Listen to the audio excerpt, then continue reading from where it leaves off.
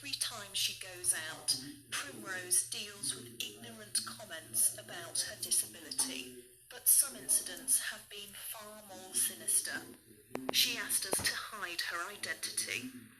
What's the worst thing that's happened to you? I think it was the man who pinned my wheelchair. He came up and put his hand over my wheelchair controls and had another hand in his trousers, pleasuring himself whilst asking if he could care for me. It was invasive and dehumanising, and it makes you feel like 1 inch tall. The problem is escalating in England and Wales, according to official statistics. The latest figures suggest that sexual violence against disabled women has more than doubled in the last 6 years, and one campaign group claims that not one of those cases has reached the courts.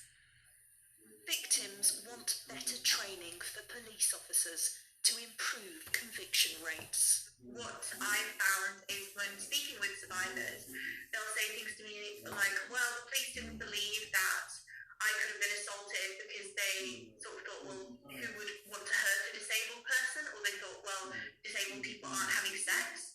So there's very much this portrayal of disabled people as being asexual and desexualized.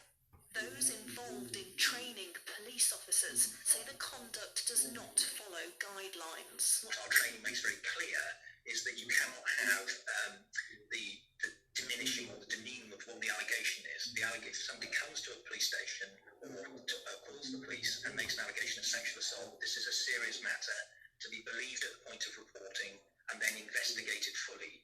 There is a new victims code which enhances the rights of disabled people and extra government funding to support survivors from marginalised communities. But Primrose fears there'll be no real change until those with disabilities are taken seriously.